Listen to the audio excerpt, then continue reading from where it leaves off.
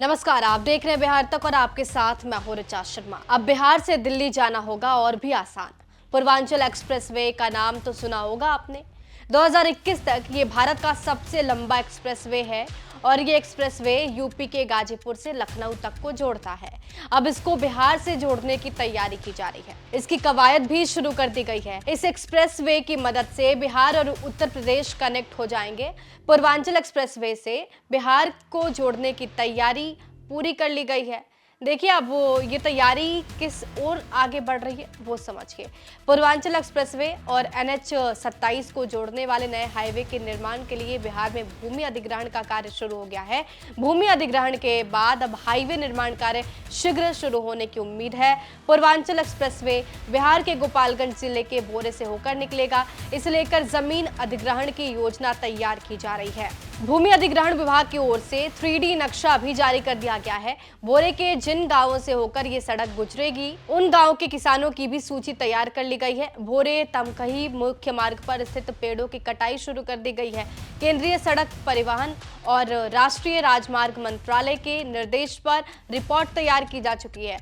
ये highway UP के कुशीनगर जिले के तमकुही NH 27 से शुरू होकर बिहार के गोपालगंज जिले से गुजरेगा। गोपालगंज में ये पददेवरी, कटैया और भोरे प्रखंडों से होकर गुजरेगा। फिर ये हाईवे वापस यूपी में प्रवेश करके सलेमपुर पहुंचेगा और वहां से पूर्वांचल एक्सप्रेसवे से जुड़ जाएगा।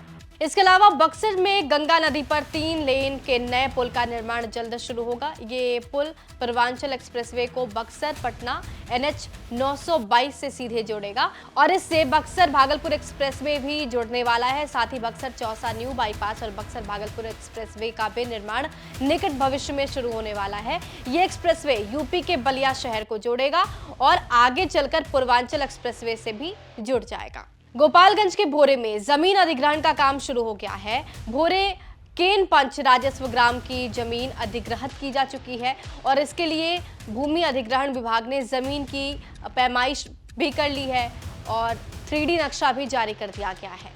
भोरे तमकुही मुख्य मार्ग के किनारे लगे पेड़ों को काटने का काम शुरू हो गया है। जिन किसानों को की जो जमीन है वो ली जा रही थी उनकी सूची बना ली गई है। सड़क परिवहन और राष्ट्रीय राजमार्ग मंत्रालय के निर्देश पर मुआवजे की रिपोर्ट भी तैयार की जा चुकी है। अब समझिए भोरे के किन गांवों की जो जमीन है वो ली जा रही है। देखिए NH 727B के लिए भोरे के 5 गांवों की जमीन अधिग्रहित की जा रही है।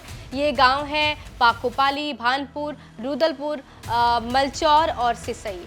भोरे में किसी नदी के ऊपर ये सड़क नहीं गुजरेगी और जहां जहां मकान और निजी जमीनें हैं उनका खाका तैयार कर लिया गया है। नदी नाले, पुल पुलिया, बिजली के खंभे, इन सभी को कहां-कहां लगाए जाएंगे इसको भी चिन्हित किया जा चुका है। भोरे से होकर गुजरने वाले बाईपास का रास्ता भी तय कर लिया गया है। ये बाईपास भिंगारी रोड पर मिल जाएगा। यूपी में काम तेजी से चल रहा है और इसलिए ये उम्मीद जताई जा रही है कि बिहार में जमीन अधिग्रहण का काम जल्द पूरा हो जाएगा और हाईवे का निर्माण शुरू हो जाएगा। आपको ये जानकारी कैसे लगी हमें कमेंट बॉक्स में जरूर बताइए। बिहार की तमाम खबरों के लिए हमारे साथ बने रहिए, देखते रहिए बिहार तक।